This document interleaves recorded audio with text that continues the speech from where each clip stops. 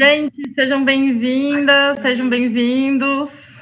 Desculpa pela demora, a gente estava aqui ainda apanhando com assuntos técnicos, mesmo depois de 2 anos, né, de só webinários. Eu agradeço muito a presença de vocês, para quem se disponibilizou a estar aqui com a gente nesse momento de troca, né, que é tão importante quando a gente está trabalhando com turismo comunitário, com comunidades tradicionais. Bem-vinda! Então, esse é um momento bem oportuno para essa troca, certo?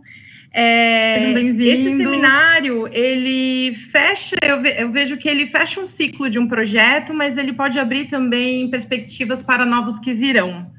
Então, a gente está bem entusiasmado, eu acho que tanto eu, enquanto CEPAGRO, né, que sou técnica do CEPAGRO, educadora do CEPAGRO e também ativista do movimento Slow Food, quanto a Acolhida da Colônia e as parcerias que a gente foi fazendo ao longo dessa trajetória, né, de dar continuidade nesse processo.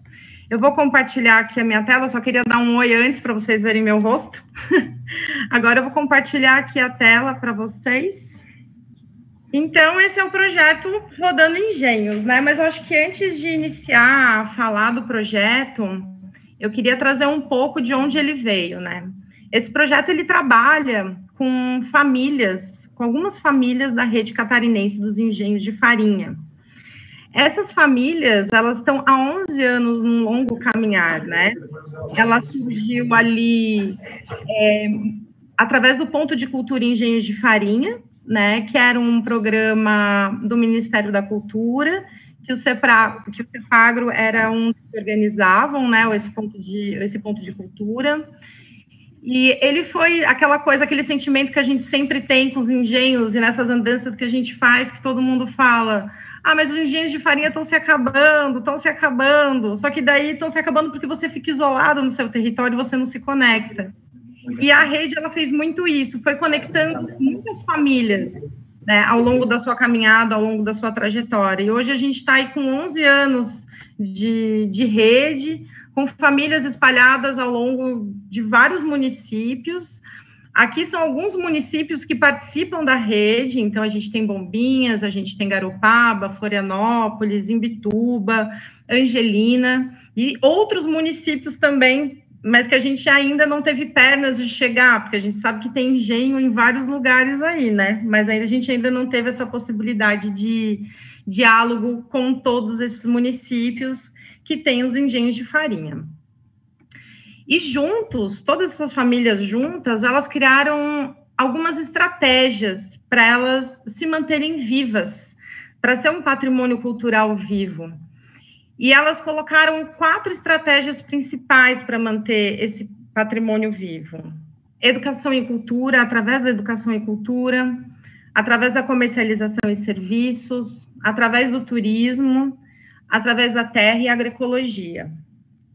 Então, o CEPAGRO, ao longo desses últimos anos, quando a gente pensava em captação de recurso, a gente pensava muito captar recurso para tentar suprir, para tentar alcançar esses objetivos que a rede colocou.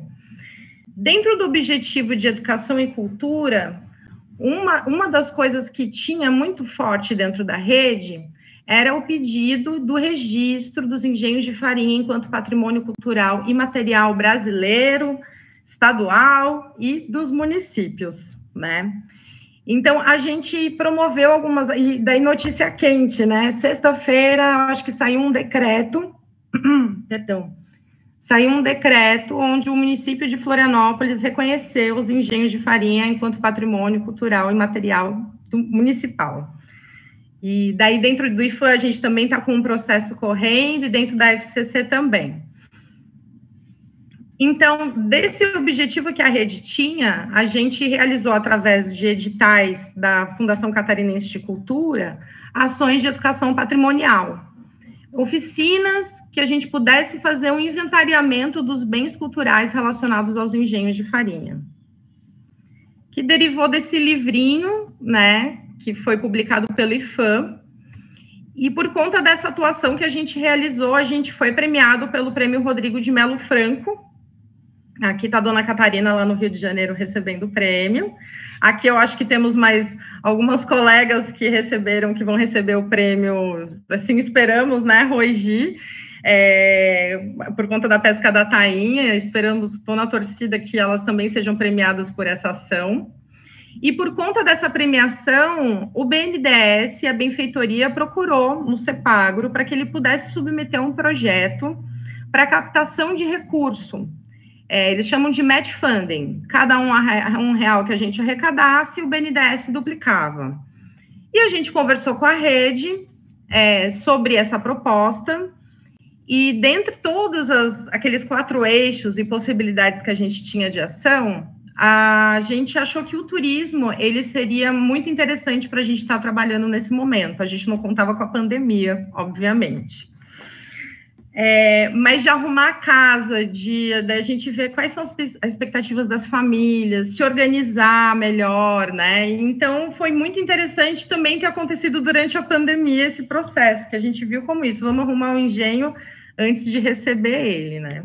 Então, ele foi um projeto que tivemos 207 benfeitores, então eu vejo isso como uma coisa muito expressiva, positiva, que são 207 pessoas que acreditam na proposta, que acreditaram na proposta, né? E o total arrecadado foi de 70 mil reais, já duplicado. A gente arrecadou 22 mil e aí se duplicou esse valor. Então, aqui eu não vou descrever sobre esse projeto agora, eu vou falar um pouco dele um pouco mais para frente, para vocês entenderem as etapas. Aí eu queria convidar a Daniela Carrelas, professora do IFSC. Eu queria convidar ela para ela contribuir para a gente, que a gente está pensando que tipo de turismo é esse. Que tipo de turismo que é esse que a gente quer para os engenhos de farinha, né? Que a gente sempre brinca, a gente quer um ônibus chegando, lotado, fretado, com 200 pessoas. É esse tipo de turismo que a gente quer, ainda mais quando a gente fala que ele é um importante aliado, né, para a questão da preservação do patrimônio cultural, material e imaterial e da paisagem. Então, eu quero se a Dani, eu vou parar minha apresentação, a Dani, se ela puder se apresentar e trazer um pouco para a gente essa perspectiva de que turismo é esse que a gente está falando. O que a gente está falando, muito bem. Não sei se dá para me ver. Espera aí, Dani, que eu estou vendo uma apresentação. A minha ideia aqui era de falar um pouco sobre o TBC, vou fazer de forma informal, apesar de ser um seminário, a ideia é que a gente dialogue. E aí, nesse sentido, se vocês podem, né, usar o chat aí para encaminhar perguntas, dúvidas, ou algo que na minha fala não tenha ficado claro. Então, é muito importante, primeiro, vocês saberem quem eu sou, porque é o meu ponto de partida, né? Eu sou a Daniela de Carvalho Carrela, sou professora do IFSC no campus Florianópolis Continente há mais ou menos 25 anos. Estou atualmente em férias, mas venho do final de um processo de doutoramento, fiz doutorado sobre turismo de base comunitária em Portugal, na Universidade do Minho, e cheguei em Florianópolis há pouco tempo, já com a tese concluída, falta a defesa dela em si, né? Mas o que eu queria socializar com vocês é um pouco das reflexões que esse processo de escrita da tese e de estudo, né, já que a gente teve a oportunidade de se debruçar, estudar, investigar um pouco mais a fundo sobre o turismo de base comunitária no mundo e também aqui no contexto do Brasil, em especial em 8 projetos que acontecem em Florianópolis, né? Então, a ideia aqui é socializar um pouquinho, eu sei que 15 minutos é pouco, mas eu quero ver se eu consigo trabalhar aqui com vocês algumas ideias centrais. Então, a primeira ideia é de que o TBC não é algo novo, né? Quando eu fui fazer a investigação, eu achei que fosse algo recente, porque era um conceito, para mim, recente, né? Recente que eu falo 2016, porque quando eu, como professora do IFSC, e a Gisele e a Roberta que estão aqui, e também são responsáveis por eu ter ido investigar o turismo de base comunitária, quando elas nos procuraram pelo desejo, né, de salvaguardar, de proteger, de valorizar uma cultura, a cultura da pesca artesanal na ilha de Santa Catarina, porque a preocupação delas não era apenas com o lugar, mas com uma totalidade de lugar, que na verdade é o litoral inteiro, né, que pratica essa pesca. elas estavam inquietadas. Então, na verdade, essa busca por entender o turismo de base comunitária vem, então, de uma necessidade no contexto do nosso trabalho. E aí, além da Roberta e a Gisele, nós também tínhamos um outro grupo, no bairro José Mendes, que trabalha com cerâmica, com tradições de religião de matriz africana, e a gente, realmente tem algo aqui que é interessante e que precisamos entender com mais profundidade. Então, a primeira surpresa nossa ao iniciar a investigação foi descobrir que esse tipo de turismo não é um turismo novo, não é recente, essas questões já vêm sendo pautadas academicamente desde a década de 70, por surpresa nossa. O conceito turismo de base comunitário em inglês, né, ele vem do Canadá. Eu achei que eu fosse encontrar isso em contextos de países periféricos, mas não, ele vem do contexto canadense. Mas nos países como no Brasil, ele acontece no início da década de 80, 90, em que esses temas vêm à tona. Mas para a gente entender o que é turismo de base, por que eu estou falando isso e trazendo esse preâmbulo? Para a gente saber que, apesar de ter esses mais 4 décadas aí, né, 50, 4 décadas? Sim, 4 décadas de conceito, ele ainda não é um conceito pacificado. Dependendo com quem você converse, o entendimento e o tipo de experiência, há um entendimento específico. Então, a gente, nesses anos de investigação, a gente procurou identificar quais eram as premissas, assim, os pressupostos, o que precisa ter no TBC para ser TBC, né? Então, foi sempre esse esforço. E a gente conseguiu identificar 4 aspectos. A primeira questão, antes de eu falar dos 4 aspectos, é a gente entender como opera o turismo hoje, o turismo convencional que nós temos, né? Ele é organizado em função de uma demanda. Quando se organiza a oferta turística, fica-se de olho no o que o turista quer ver, o que o turista quer conhecer. Então, os serviços, as ofertas são muito direcionados para essa demanda.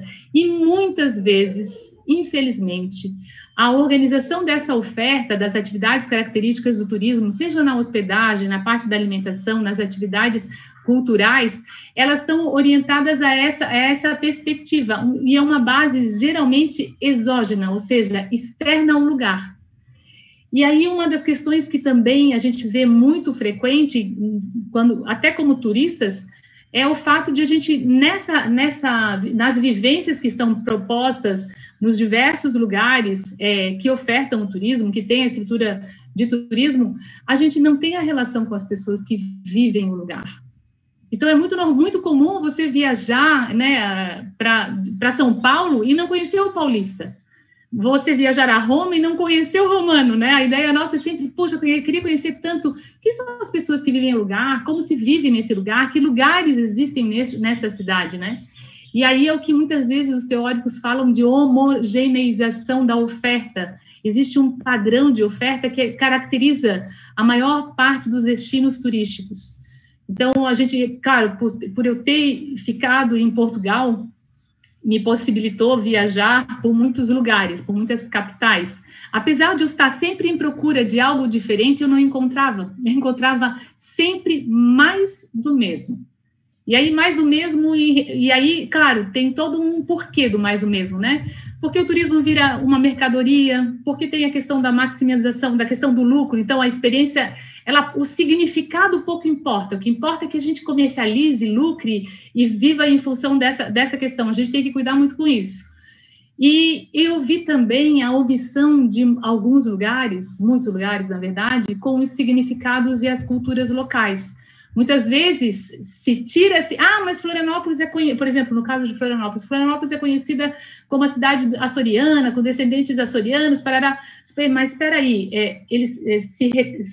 retira uma parte de uma identidade, né, de uma prática, de uma cultura, não envolve os sujeitos que vivem essa cultura e se usa isso para caracterizar aquele restaurante, aquela oferta, mas nem sempre associado aos significados e aos sentidos. Então, vamos ver o que eu consigo aqui trazer rapidamente, né, nesses anos de estudos. Então, nós identificamos pelo menos 4 pressupostos em relação ao que é turismo de base comunitária. A primeira grande questão é que quem propõe o turismo de base, quando se propõe uma oferta de turismo de base comunitária, não se propõe orientado a uma demanda, se propõe olhando para dentro, olhando para o seu território, para o que existe no lugar.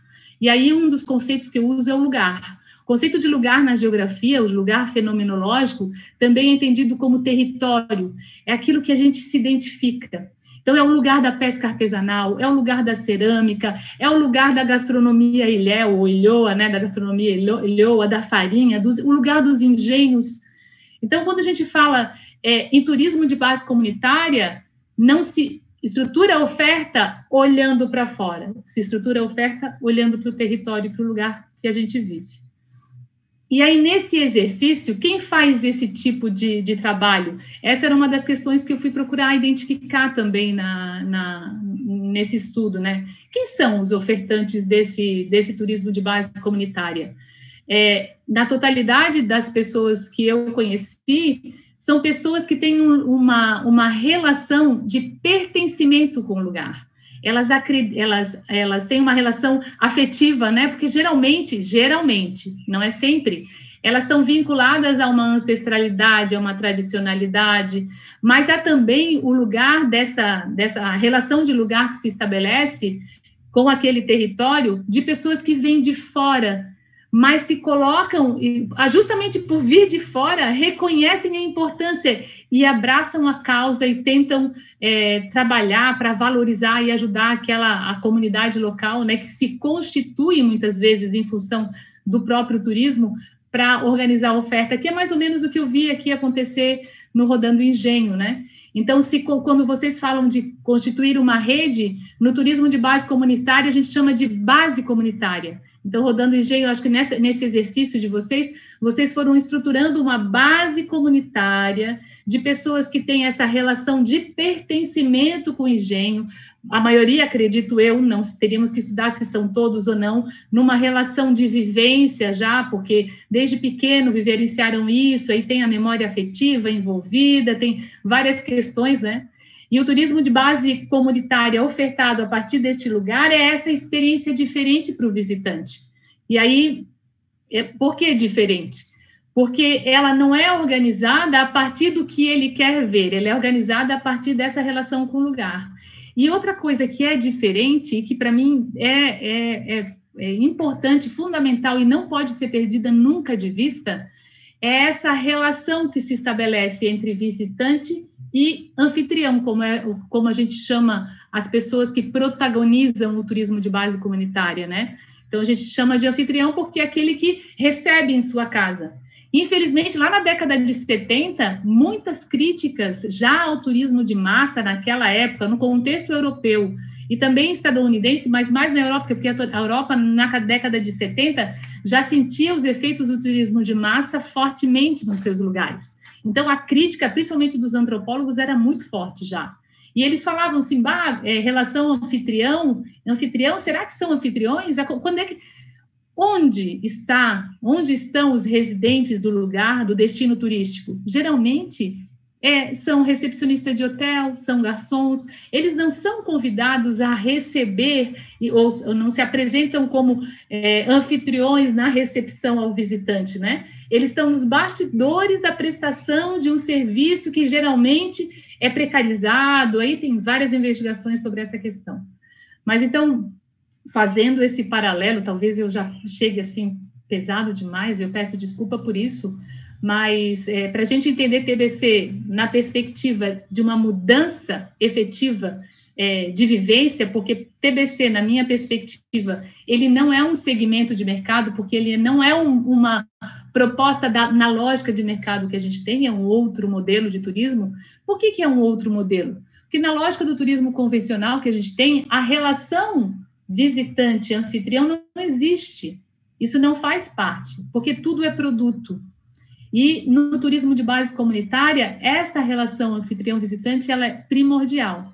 Isso significa que toda a comunidade precisa receber e estar protagonizando a oferta? Não. A gente conseguiu identificar que existem os anfitriões diretos, aqueles que estão na relação com o visitante, comunicando, explicando, né, mostrando que existe, convidando a estar nos espaços, mas também existe o anfitrião indireto, que é aquele que vive aquela cultura, que permite, aceita, quer que aquela cultura seja apresentada, mas que não se predispõe a estar porque não gosta, porque tem vergonha, não se sente bem com isso. Mas é importante a gente entender essa questão. Então, eu estou falando aqui, são 4 elementos, né? O primeiro é que a orientação da organização do turismo é a partir da oferta. Segundo, nós temos uma relação entre visitante e anfitrião. Não pode haver, ou não devesse haver, na nossa concepção, turismo de base comunitária sem essa relação e essa interação. Então, por quê? Porque entra aí um terceiro aspecto, porque o que se apresenta ao turista, ou a este visitante, é o seu lugar de pertencimento. É aquele lugar que você confere valor, que aquele coletivo, na verdade, confere, né? Porque a gente não vive isolado, nem sozinho, se pertence a um coletivo.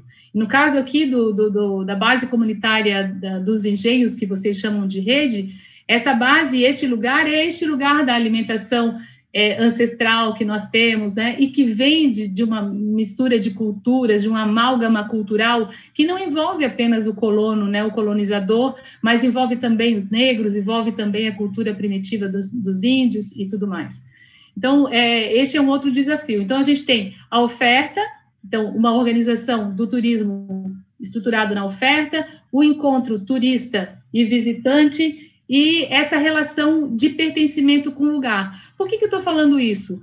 Porque muitas vezes, quando se pergunta quem é o anfitrião, só pode ser a pessoa da comunidade local a ser o anfitrião do turismo de base comunitária? Em geral, sim, porque é a pessoa que tem a relação afetiva, mas muitas vezes a gente tem a pessoa que decide habitar aquele lugar, e significa tanto quanto pela empatia que se tem com o lugar, que é o que a gente chama de lugar de pertencimento empático. Existe esse lugar de pertencimento existencial, aquele que é filho, neto, e acredita e vive aquilo, porque acredita assim como existe o existencial das pessoas que não acreditam mais, e que não se colocam, não se predispõem a ser anfitriões, porque isso não tem valor para mim. E existem as pessoas que vêm de fora e vêm para contribuir, e com a chancela da comunidade local, contribuem justamente porque reconhecem o valor daquele trabalho e do que é feito. E o 4º item, deixa eu ver se eu não vou me esquecer, tem a ver com esse protagonismo que eu já comentei, mas tem a ver com a geração de renda. Muitas vezes as pessoas põem a geração de renda como principal foco, né? Ela sim é importante, a geração de renda, mas se ela vier geração de renda desassociada aos significados, à relação de pertencimento, a esse compromisso da interação com o visitante, para que o visitante consiga perceber o valor que está ali associado, ela se perde. Então, para mim, a renda, sim, é importante, mas ela não é central, porque a comunicação desse significado em relação a essa vivência que está sendo proposta com o turismo de base comunitária, ela é primordial. Então, em linhas bem gerais, assim, eu sei que eu falo aqui rápido sobre um tema que é complexo, não é simples. O turismo de base comunitária, ele, se comparado, e ele não pretende substituir o turismo convencional, mas é um outro modelo de oferta para aquelas pessoas que não querem mais o lugar homogeneizado, que querem conhecer o lugar a partir das pessoas que vivem o lugar, que se comprometem. E mais que isso, a base comunitária, nós temos uma professora que está conosco também, né, no projeto desde o começo, lá no IFSC, a partir do trabalho da Gisele, da Roberta, do Eduardo, da Raquel, lá no José Mendes, e ela comenta sempre, deveria ser primeiro base comunitária para depois a palavra turismo, porque para haver uma oferta turística de base comunitária, é necessário primeiro haver a base comunitária. E quem é a base comunitária? É o que vocês chamam de rede de engenho. E é essa rede, é essa base comunitária que com conflitos, divergências, que isso é normal, porque é nosso, né? Não há consenso. Agora, como é uma base, como é uma rede, estamos todos convergindo nas ideias. Bom, não é tão simples, né? Então, mesmo na divergência de opiniões, de visões, se consegue trabalhar para caminhar em comum. E comum em que sentido? No quarto item, que é na valorização do patrimônio. E aí é o patrimônio da cultura material e imaterial envolvida nesse processo, e também do patrimônio natural, que geralmente tem relação com esses espaços, né?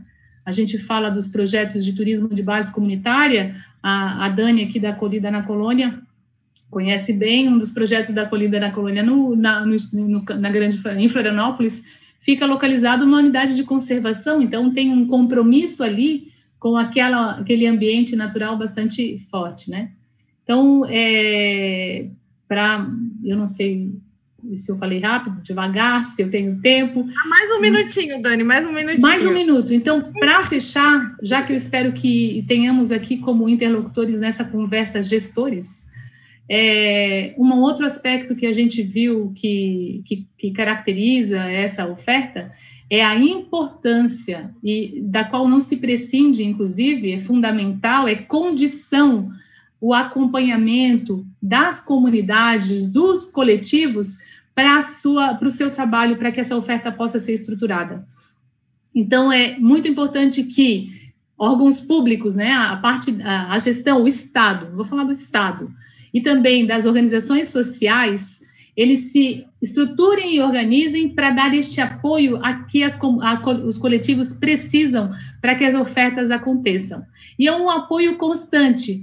Mas isso causa dependência? Isso não vai deixá-los sem ter a liberdade? Não, é um apoio dialogado, né, em conjunto e no processo, para que esse empoderamento desses sujeitos possa acontecer.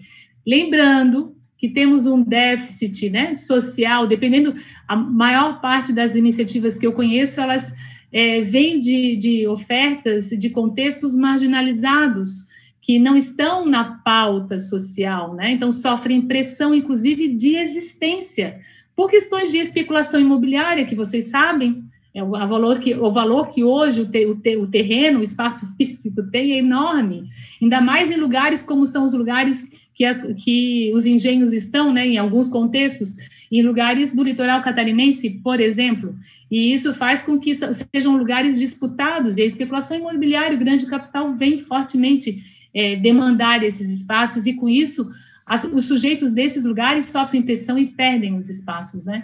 Então, neste sentido, e aí é fundamental a importância e a articulação das organizações sociais, das instituições como o IFSC, CEPAGRO, Acolhida na Colônia, Fundação Catarinense de Cultura, para que juntos possam ajudar a fortalecer esse trabalho que se faz de base comunitária para um turismo diferenciado, um turismo vinculado ao sentido, aos territórios, aos significados. É isso. Dani, excelente a tua fala.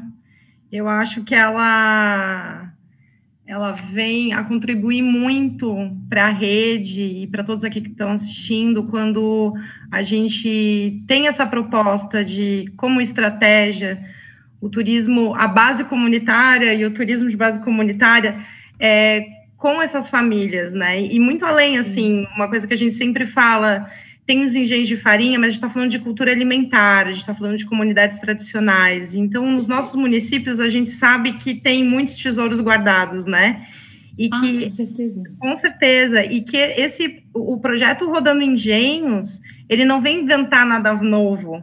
Até porque na rede a gente tem muitos engenhos de farinha que já estão há muitos anos, né, nesse trabalho do turismo comunitário, às vezes mesmo sem saber que está fazendo isso, né? E a nossa proposta foi justamente fortalecer novas famílias, né, que tenham essa vontade de aliar a preservação do seu espaço, da sua cultura, com a geração de trabalho e renda, com a valorização, o envolvimento dos jovens. Tanto é que esse projeto ele tem foco de mulheres e jovens, né?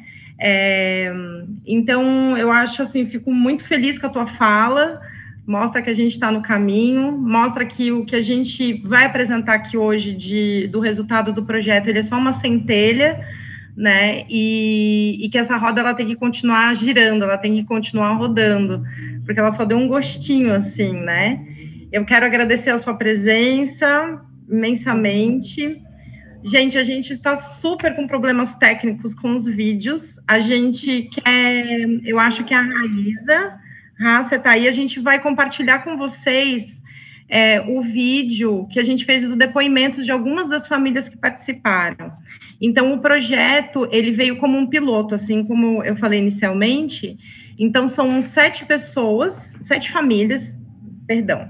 Inicialmente eram para ser 10 famílias, e por conta do Covid e outros problemas, diminuiu para 7 famílias, para a gente criar esse piloto, né, que a gente possa replicar para as outras famílias da rede e para outras culturas alimentares, né. É um exercício de metodologia, é um exercício que a gente fez para acender uma chama, né. Agora a gente tem que soprar para não deixar apagar. Aí aqui, a Dani, a gente vai então passar um vídeo que traz um pouquinho desse depoimento das meninas, e na sequência, eu já quero que a Daniele Gilbeck, da Acolhida da Colônia, que super parceira nossa do projeto, ela esteve junto em todos os momentos, que ela possa trazer um pouco da metodologia do nosso trabalho. Então, eu passo a palavra para a Dani, vamos ver o vídeo, ver se ele rola. E para quem está nos assistindo, a gente passou uma listinha de presença, porque a gente quer justamente isso, fortalecer as redes e as relações. Se vocês puderem preencher, eu agradeço. Vamos ver agora o videozinho. Eu sou Souza, sou de Garopaba. Meu nome é Graziela, o meu pai tem um engenho de farinha no Alto Ribeirão, em Florianópolis. Eu sou Catarina, sou do município de Angelina, e nós temos um engenho de farinha que é o engenho da família Gelsloster. Fizemos farinha de mandioca e fizemos também o açúcar mascavo, melado. Meu nome é Maria Dolores, tenho 54 anos e há 34 anos casado com meu marido, que sempre teve engenho, né? Que a gente não sabia quanto é que ia cobrar cada café, e ali eles ensinaram a gente a tirar o preço das coisas, né? E o preço do trabalho da gente, que a gente também não sabia, assim, que a gente tem que botar também, incluir o trabalho que a pessoa passa até chegar ao ponto, né, que as pessoas vão consumir aquele produto da gente, né? Então, foi muito importante. Também fizemos o diagnóstico, né, do que a gente tinha, do que a gente pode melhorar, e sempre a perspectiva de que a gente vai conseguir render um pouquinho mais nos engenhos para conseguir manter, né, a família no engenho e manter a cultura também, né, não deixar morrer a cultura. Os diagnósticos foram importantes pela necessidade de estar organizando esse espaço, né, para ficar uma coisa mais profissional, né, mas sem esquecer da parte cultural, que a gente não pode estar enfeitando, né, e sim deixando ele só mais harmônico para o recebimento desse turista. E nessa oficina de design, falando sobre internet, Instagram, essas coisas, e é bom, porque aí a gente aprendeu um pouquinho, e o pouco que a gente aprende, a gente já vai se evoluindo mais um pouco, né? E divulgar, é importante essa divulgação das redes sociais, é muito importante. Isso aí é que traz as pessoas. O nosso engenho lá foi através das redes sociais que aumentou tanto a chegada das pessoas até o engenho. As pessoas vão até lá, né? Vão até lá para conhecer, para ver como é que é todo o processo, e essa participação de vocês nos ajuda bastante, porque se a gente fica naquele nosso mundo, antigamente era assim, é muito bom a gente viver, lembrar. Nossos avós deixaram, nossos pais deixaram, né? É maravilhoso conservar e, como disse a Dora, manter os pés no chão, mas também levar isso aí, essa comunicação, as redes sociais, É muito importante abrir essa nossa mente para um outro lado, a divulgação, usar aquele espaço que foi dos nossos pais, dos nossos avós, e fazer deles um espaço, um ambiente legal, bonito, participativo, em que as pessoas possam ver.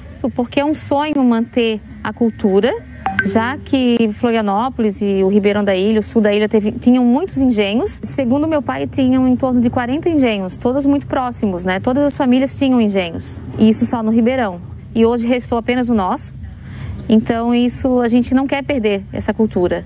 E o turismo é uma forma de manter isso. Eu acho que as pessoas têm que visitar o engenho de farinha para dar mais valor para as pessoas que botam a mão na terra, que plantam, porque às vezes as pessoas e as crianças hoje em dia, eles vão no mercado, compram 1 quilo de farinha e eles acham que é ali. E é bom a pessoa visitar para dar o valor às coisas, não só engenho de farinha, como engenho de cana.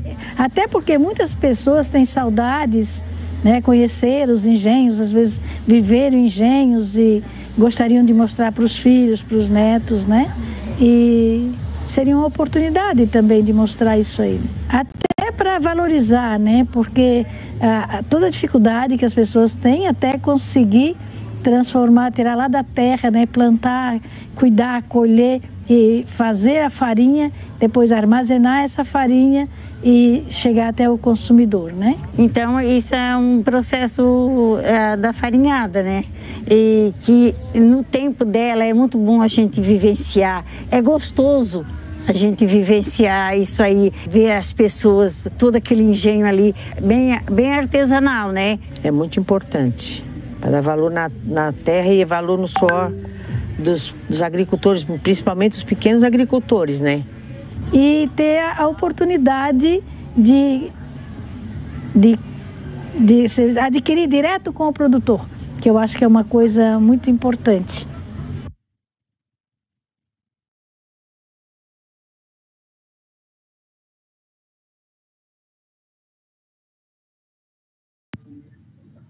Passou, pessoal.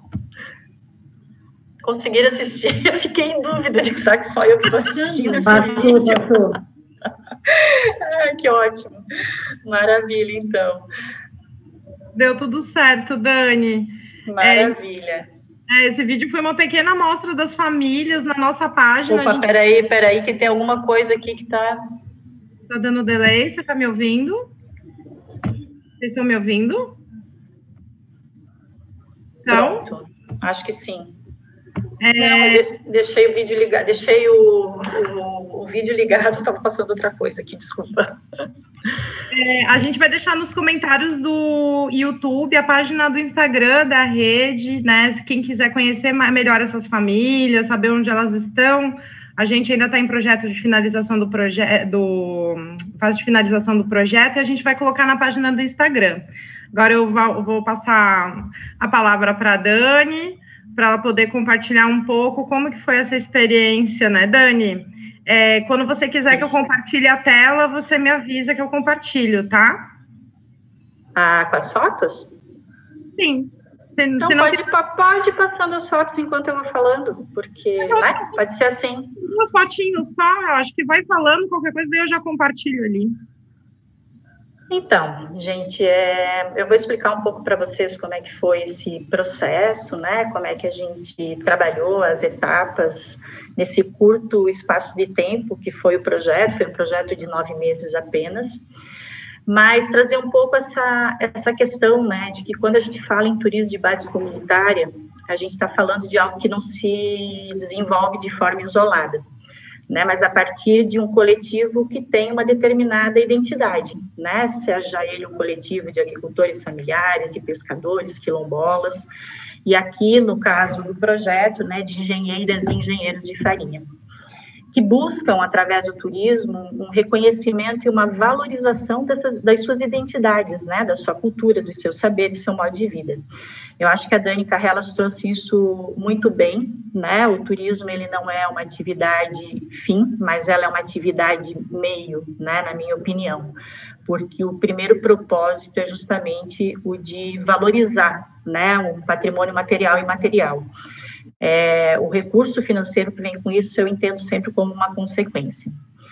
Então, por ser construída a partir desse coletivo, é importante que essa construção seja realizada de uma forma participativa, e foi isso que nós trouxemos para o projeto.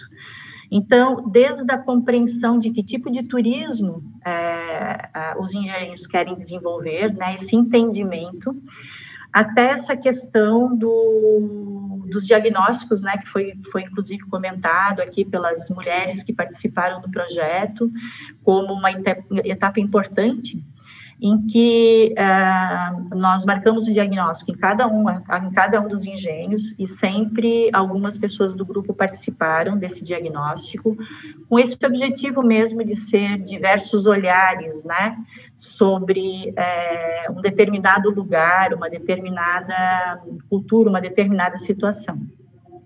E esses diversos olhares é muito bacana, porque é o olhar de cada um sobre os diferenciais de cada engenho, e também aqueles desafios que cada engenho tem, né, como foi colocado, né, com relação à organização.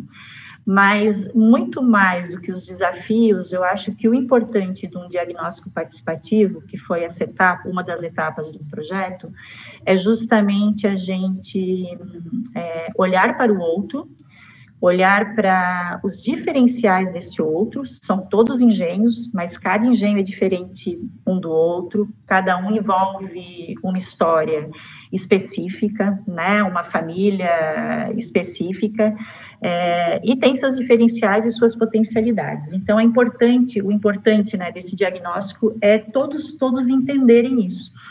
E é também uma etapa que traz muito aprendizado, né, porque cada um tem a sua forma de organização, cada um tem a sua forma de receber as pessoas, cada um tem uma culinária que é muito específica também, e então é uma etapa de muito aprendizado.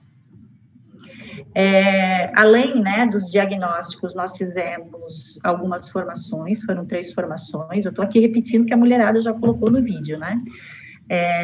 A primeira delas foi justamente pensar como que a gente recebe um grupo e o que a gente vai oferecer e como que a gente organiza, por exemplo, um dia de atividades para um grupo escolar, para um grupo de visitantes que vêm apenas para conhecer o engenho, a produção. Que tipo de atividades podem ser desenvolvidas? Qual é o tempo necessário para desenvolver essas atividades? Então, pensar mesmo, né? Como receber o visitante de uma forma que ele saia satisfeito com as informações que ele vai levar para casa. A segunda oficina foi uma oficina de precificação, que também foi colocado pelas mulheres, super importante para elas entenderem o valor do trabalho delas, né? Aprender o que envolve você colocar preço no produto ou no serviço. E o de mídias sociais, porque hoje a gente depende totalmente, né, das redes sociais hoje para essa questão da comunicação. Então, essas foram as etapas. Eu entendo, né, que o turismo de base comunitária, ele é pedagógico por natureza. Então, por isso a gente tem, assim, um interesse bastante voltado, né, para trabalhar com as escolas, porque entendemos que é um público muito bom de trabalhar no sentido de conscientização mesmo para esse patrimônio material e imaterial que envolve os engenhos. Então, o que eu queria, assim, né, resumidamente falar é que foi um processo muito interessante. A gente descobriu muitas riquezas envolvendo cada uma dessas famílias, cada um desses engenhos. Nós vivenciamos um turismo de base comunitária, assim mesmo, eu acho que assim, antes da comunidade se dar conta do que ela estava oferecendo, era turismo de base comunitária. Tivemos uma experiência linda ali no Macacu, que é Garopaba, né, com uma atividade que várias famílias organizaram conjuntamente. Foi um dia cheio de atividades, de uma maneira muito orgânica, muito natural, e que resumiu tudo aquilo que a gente tem proposto dentro desse projeto, que foi muito legal. Mas, foi um projeto de curto prazo, né? Como a gente colocou, foi muito essa ideia de dar um gostinho, né? De dar, assim, um pontapé inicial, né? Uma vontade de quero mais. E tem muita coisa para ser feita ainda, né, gente? Eu acho que esse tipo de turismo, ele não se desenvolve de um dia para a noite, ele precisa de tempo, ele precisa de maturidade, ele precisa dessa coesão, né, entre aqueles que fazem parte, precisa de muita reflexão para não cair em nenhuma armadilha de fugir da proposta.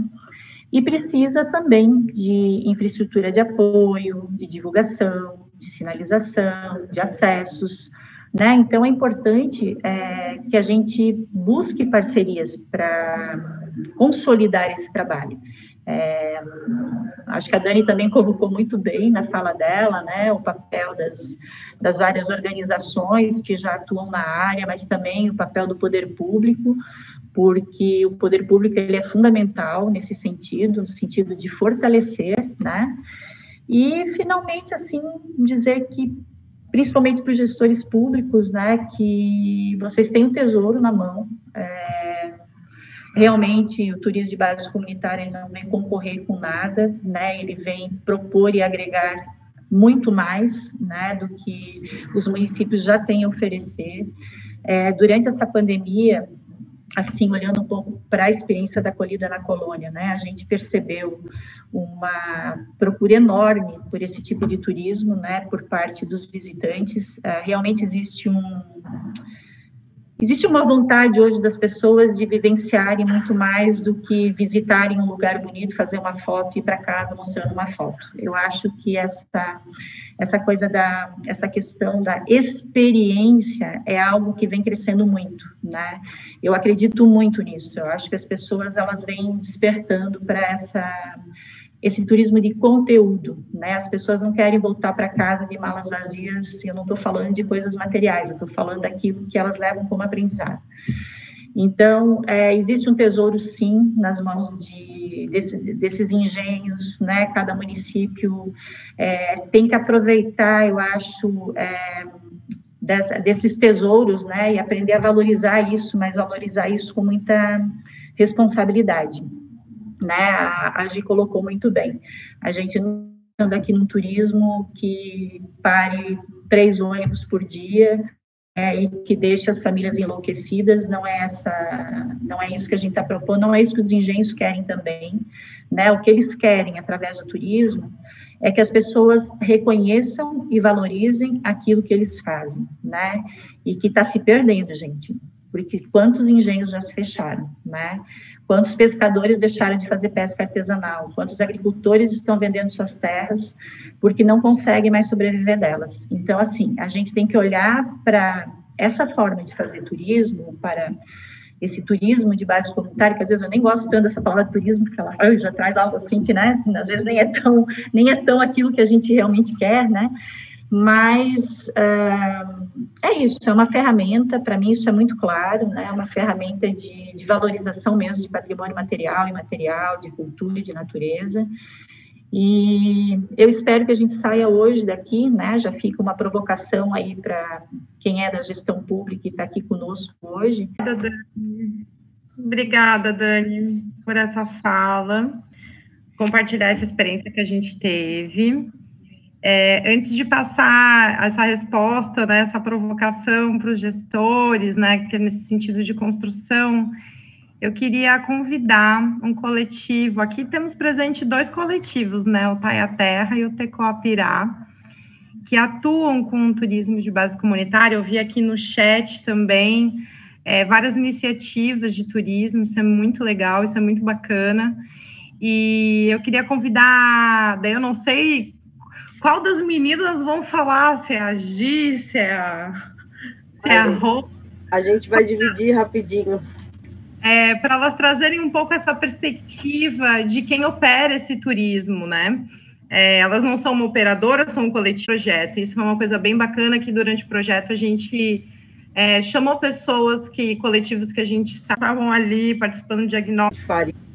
Eu e a Gisele, né, que está aqui também, a gente foi estudar para ver como que a gente conseguiria dar visibilidade a esse nosso modo de vida, né? Que a gente vinha daquele turismo de massa que, como eu sempre falo, ao mesmo tempo estava divulgando a nossa cidade,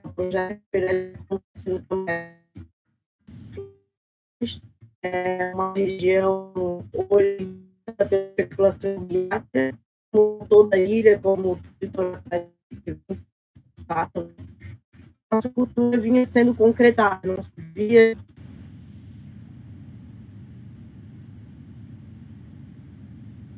que só uma boa gastronomia, todo mundo vinha comer uma sequência de camarão, mas ninguém sabia o que era a pesca artesanal da tainha, um engenho de farinha, né? E essa foi a nossa proposta, que a gente foi estudar no IFSC e encontramos 2 anjos aí, a Daniela que organizaram a nossa proposta de apresentar nosso modo de ver e como que a gente faz isso, né, no nosso dia a dia. O turismo nos facilitou a rotação do nosso modo de vida. Hoje, a gente trabalha com a pesca artesanal da tainha, mas o engenho de farinha sempre esteve dentro, né, desse... ele está junto, né, a farinha e a tainha, né, a nossa base alimentar. Então, a gente, quando viu a possibilidade de registrar a pesca artesanal da tainha como patrimônio de Santa Catarina, isso para nós foi, assim, ao mesmo tempo parecia impossível, mas foi uma grande libertação, assim, é possível. Então, hoje faz 2 anos que a gente conseguiu o registro da pesca artesanal da tainha, em 2019, pela Fundação Catarinense Cultura, com o apoio do IFSC, né? Toda essa assessoria técnica. Então, nós da comunidade levamos essa demanda para eles, e eles, como apoio técnico, a professora Daniela e a Cláudia, nos auxiliaram para essa conquista, junto com a Associação de Pescadores Artesanal do Campeche e toda a comunidade, né? Porque eu e a Gisele somos filhas e netas de pescadores. Então, o projeto conquistou o registro da pesca, né, junto com a comunidade dos pescadores, e só que não basta registrar. Como que a gente vai prosperar, né, essa cultura registrada, né? Porque registrada, como um pescador já falou para nós, é um quadrinho que fica lá na parede, o registro, né? Mas as ações, quem que vai prosperar, né? E de que forma que a gente vai prosperar essa pesca, né? E uma das maneiras que a gente achou, por estar no Instituto Federal, um eixo de turismo, e nós fazendo o curso de turismo, como a Daniela Caelas falou, a gente foi buscar a maneira que era, para nós, a essencial, que era perfeita, né? Porque a gente não queria o turismo de massa, a gente não queria que a pesca artesanal virasse um produto. Foi aí que a gente, em todo esse levantamento, né, a gente viu que o turismo de base comunitária ele é uma grande ferramenta para salvaguardar este patrimônio imaterial ou material, né? No nosso caso, imaterial, que é a pesca artesanal da tainha. Então, o projeto Tecoapirá, ele vem realizando, junto com a comunidade do Campeche, a Associação de Pescadores, ações para que essa pesca, essa tradição, ela venha se mantendo, né? Para que novas gerações, como é o nosso propósito, conheça, e para quem venha morar aqui na cidade, ou turista, né? E a gente tem o visitante local, que é aquele que chega na cidade, a gente tem o visitante que é o que vem de outros municípios, né? Outros estados e até fora do país, que venha conhecer essa cultura local. Então, a gente roteirizou o nosso modo de vida, a gente tem um roteiro, a gente mapeou os engenhos de farinha, só no Campeche eram 46 engenhos, e todos os lugares de memória onde essa comunidade se identificava, e os lugares que hoje não existem mais, né, que são os acessos a praias, a picada, que a gente chama, e todo esse território onde acontecia aquele modo de vida vamos dizer, há 20, a 30 anos atrás, mas que hoje, mesmo com essa quantidade de pessoas vindo para Floripa, a gente ainda tem esse modo de vida acontecendo, né? ele não é um modo de vida. Hoje a pesca artesanal ele não é mais comercial, mas sim a gente fala que é uma pesca comunitária, né? Onde é o momento que a comunidade está ali reunida para pescar, para conversar, para se reconectar, né? Então, o projeto vem trazendo, né, essa perspectiva de que, através do turismo base comunitária, é uma grande ferramenta para a gente preservar, para a gente dar visibilidade a esse nosso modo de vida do engenho de farinha, da pesca da tainha, e para a gente poder, vai ser uma revolução, mas que a gente possa, aos poucos, a gente mudando esse turismo de massa, esse turismo pesado que chega no nosso litoral catarinense, em Floripa, né, capital de Santa Catarina, uma cidade turística, mas a gente vem, acho que nesse um ano de pandemia, essa conexão com a rede, hoje está aqui com a rede catarinense, que a gente foi no SIC, ver a entrega do inventário, com a Dani Lima, da Acolhida da Colônia, que a gente via muitas pessoas falarem, e hoje a gente está aqui podendo compartilhar essa experiência, e com 5 anos de projeto, a gente ter reconhecida pelo Prêmio Rodrigo de Mello do IFAM, estou dando essa notícia aqui hoje, compartilhando, que a gente não compartilhou ainda nas redes sociais, ter reconhecido a nossa metodologia de trabalho que a gente vem aplicando com o apoio do IFSC e a comunidade, os pescadores. Isso para nós não tem mais comprovação de que o caminho certo para salvaguardar a nossa cultura local é através do turismo de base comunitária, mas primeiro fazendo essa gestão comunitária, essa organização comunitária que a gente viu muito bem com o pessoal de Garopaba, o pessoal de Biraquera, essa união entre eles se organizando para que o turismo venha a ser uma coisa não de disputa, mas sim uma renda, né? Uma opção de renda e de proteção a essa cultura. O nosso exercício agora, a gente quis convidar gestores públicos que estão atuando, que atuam nos municípios onde a gente tem um projeto, né? Então, a gente fez alguns convites, temos alguns presentes. Eu vou perguntar, porque eu não sei quem chegou depois. Do Engenho do Ribeirão. É uma família, então é o João e a Grazi. Eu achava que era outro João. E a Juliane, é a Julie do IFSC? Ou é a Juliane de Angelina, que está aqui no grupo também? Depois você pode responder. Então tá certo, porque tinha outra Juliane também. Só para não dar bola fora. Agora apareceu, Julie. Eu queria convidar o Rodrigo Rosa, da Fundação Catarinense de Cultura. É um prazer ter você aqui, Rodrigo, com a gente, que tem acompanhado toda essa trajetória dos engenhos de farinha, né? No processo de patrimonialização. É uma pessoa bem sensível ao tema. É um prazer ter a sua fala aqui, né? Que nos sirva de inspiração. Eu passo a palavra para você dar um oi para a gente. Obrigado, Gisele. Obrigado a presença de todos. Lisonjeiro o convite. Acompanhei algumas falas e tenho acompanhado vários processos de patrimonialização. Desde 2017, a FCC passou a ter um entendimento menos burocrático dos processos de patrimonialização, pelo menos no que tange ao imaterial e ao material móvel, né? Nós buscamos dar poder para as pessoas, as meninas, né? A Gisele, a Roberta, participam disso. Avançamos, então, significativamente no reconhecimento que as pessoas têm do ente público, né? Avançamos consideravelmente, né, nas demandas, mas não avançamos no que diz respeito à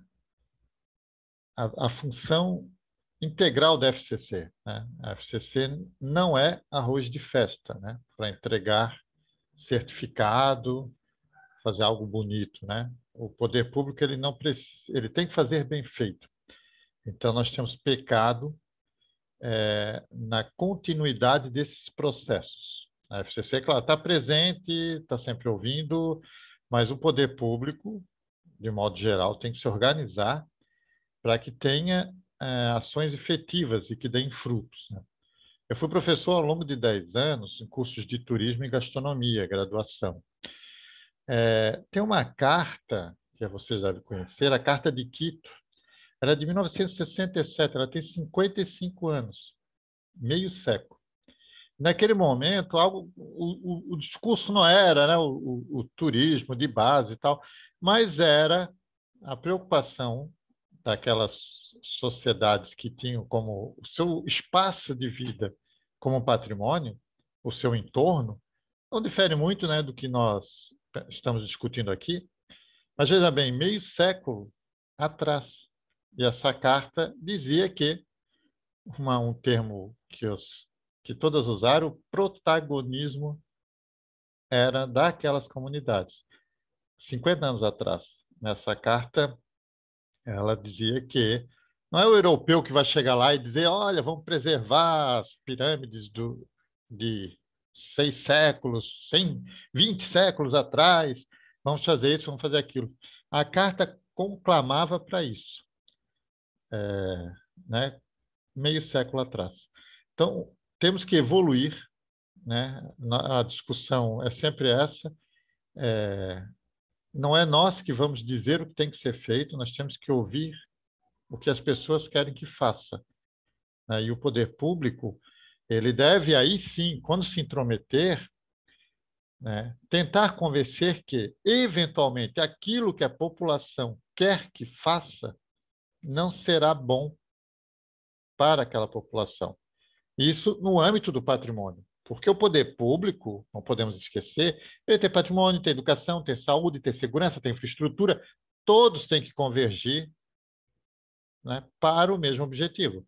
Eu lembro de um aluno, que hoje ele é um oficial graduado, e ele era do canto da Costa da Lagoa. E ele disse que alguém em algum momento falou, pô, essas trilhas estão ruins, que tal, né, botar uma calçadinha, tipo, sabe aquele paver que querem botar no centro da cidade para tirar as pedras? Porque alguém mirabolante disse, porra, que é mais bonito assim. Não é. Afasta as pessoas, né? Afasta a comunidade. Então, olha como é uma linha tênue. Ou você é omisso, ou você se intromete demais. Mas isso é porque falta o diálogo do poder público em todas essas instâncias que eu falei, né? Vocês têm problema para proteger a pesca artesanal da tainha no Campeche, né? O Rodrigo, eu até gostaria, né, de chegar lá armado e, pô, vamos parar com isso e tal. Mas não é, né? Existe a polícia ambiental que tem que dialogar com o patrimônio, que tem que dialogar com a escola que vai educar aquelas pessoas, né? Educação patrimonial. Percebem? Então, essa convergência é fundamental para um termo que foi dito aqui, para evitar que as coisas fiquem homogêneas, né? E essa homogeneidade, ela é prejudicial para toda a sociedade, né? Todas as sociedades, nossos grupos, eles têm algo que se chama ethos, né? A ética daquela população. Se a ética daquela população é fazer queijo daquele jeito, com aquele cheiro e aquela textura, continue fazendo, né? Quem chegou ali, seja o poder público, seja o turista, ele tem que ser atraído justamente por aquele queijo, com aquela receita, com aquele cheiro, né? Se ele quer buscar um cheiro que ele está definindo, ele que fique na terra dele. Então, esse cuidado também passa pelo diálogo com o poder público, porque o poder público também ele pode ser chamado para isso, para convencer as pessoas de que elas não fazem errado, feio, né, ou ruim. Não, né, porque o mundo é plural, né, desde sempre é plural. Então, o poder público, a Fundação Catarinense de Cultura, ela tem incumbências que é o decreto, a lei complementar, a Lei Geral do Estado, né, a Lei 741 de 2019. Então, eu disse, o que a Fundação tem que fazer? E eu vou ler 3 dos 20 e tantos incisos.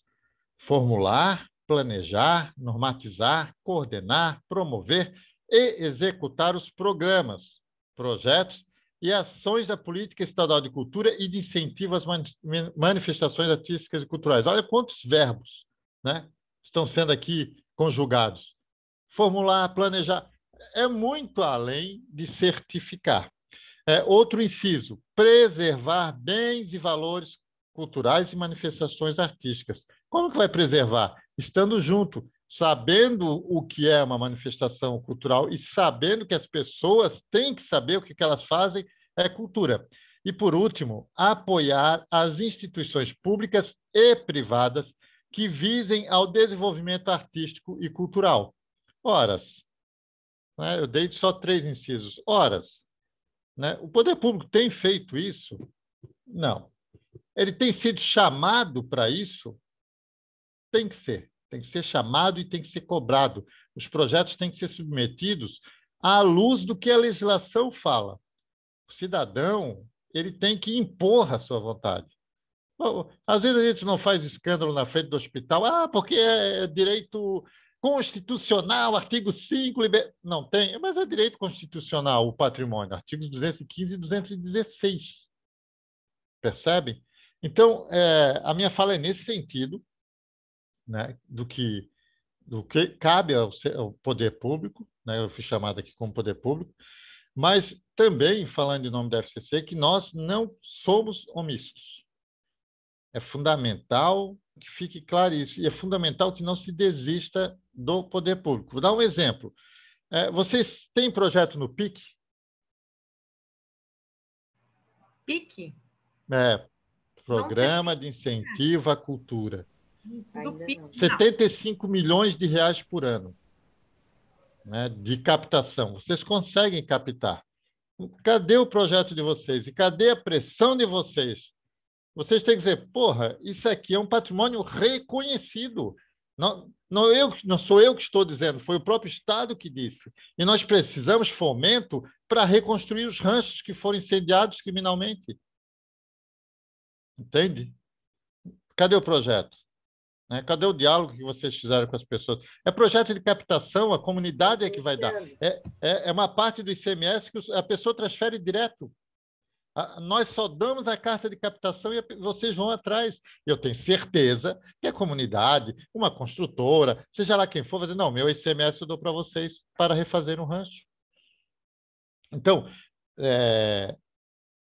esse é o nosso papel, essa é a nossa função, né, de estar presente, acompanhando, e todos aqueles verbos e todos aqueles incisos, eles têm que acontecer, independente de ter, sempre falo isso, não tenha pena, não tenha pena do poder público, não tem que ter pena nenhuma, porque quando quer dar dinheiro, a gente viu a pandemia, que deu dinheiro em casa, não tem dinheiro para a saúde, e apareceram bilhões e bilhões e bilhões. Então, não tem dinheiro para a cultura, tem, e aparece, não precisam ser bilhões, né, mas aparece.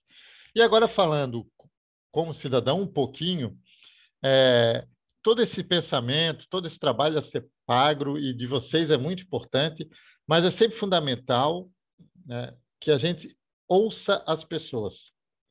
Fundamental, ouvir as pessoas, entender as pessoas e aprimorar as vontades delas para que se enquadre em normatizações, em burocracias. Acho que esse é o papel, não é chegar e dizer que é o bom, o que é ruim, o que é pior, o melhor. Dando o exemplo do queijo, olha, esse nosso queijo é fedido, mas a gente gosta de fazer e tem gente que gosta desse queijo com cheiro ruim. O poder público tem que correr atrás no âmbito do patrimônio, para que as pessoas não desistam de fazer aquele queijo com cheiro ruim. Ou que venda o peixe vivo, ou qualquer manifestação cultural. O poder público tem que ser parceiro nesse sentido, de que se aproxime para que as burocracias não impeçam as manifestações culturais de prosperarem e de continuarem, porque é uma obrigação constitucional, né, do poder público, no âmbito federal, na Constituição do Estado também tem lá uma série de possibilidades, inclusive o poder de polícia. A fundação pode chamar a polícia e intervir quando o patrimônio está em risco. Tipo, claro, uma situação hipotética, mas se eu estou lá, Rodrigo, olha, tem uma galera cercando um rancho aí porque vão querer botar fogo. A Constituição diz do Estado que eu, para proteger o patrimônio, e como gestor de patrimônio, eu passo a ser um oficial. Chamo a polícia e digo, olha, essas pessoas não podem cercar isso aqui que é um patrimônio.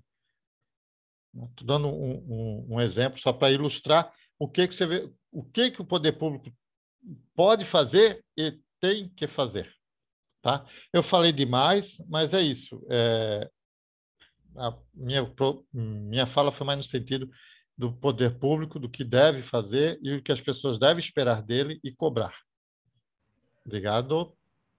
Rodrigo, agradeço a sua fala e eu acho que a gente está nesse exercício, né, nesses últimos 2 anos de encontro, né, e manda e-mail, e vamos fazer reunião. Eu acho que a pressão da sociedade civil, não pressão, mas eu acho que essa coisa do diálogo, né, da gente buscar, saber por onde buscar o poder público. Esse PIC, por exemplo, eu particularmente não sabia que existia. Eu acho que você chegou a comentar numa reunião, mas assim, é um instrumento importante. Então, acho que a gente podia até encaminhar uma prosa aqui, né, de Cepagro, com o Tecoapirá e com outras organizações, para a gente até entender como acessa isso e como que a gente pode dialogar, né, com gestores locais para também acessarem esses recursos, né? Por falar em prosa, Gisele, a plataforma é Prosas. Se quiser entrar na plataforma, o nome da plataforma é Prosas.